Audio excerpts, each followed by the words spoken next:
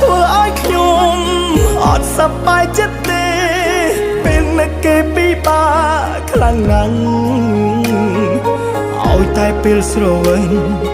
នឹកឃើញរឿងចាស់រឿងខ្លះនឹកឃើញចេញតែយំស្នេហាធ្វើឲ្យខ្ញុំចង់រស់នៅម្នាក់ឯងតែពិបាកបំលែងអារម្មណ៍ព្រោះវេលាកន្លងគេតែងនៅក្បែរខ្ញុំតែពេលនេះគេសុំបែកហើយខ្ញុំសេ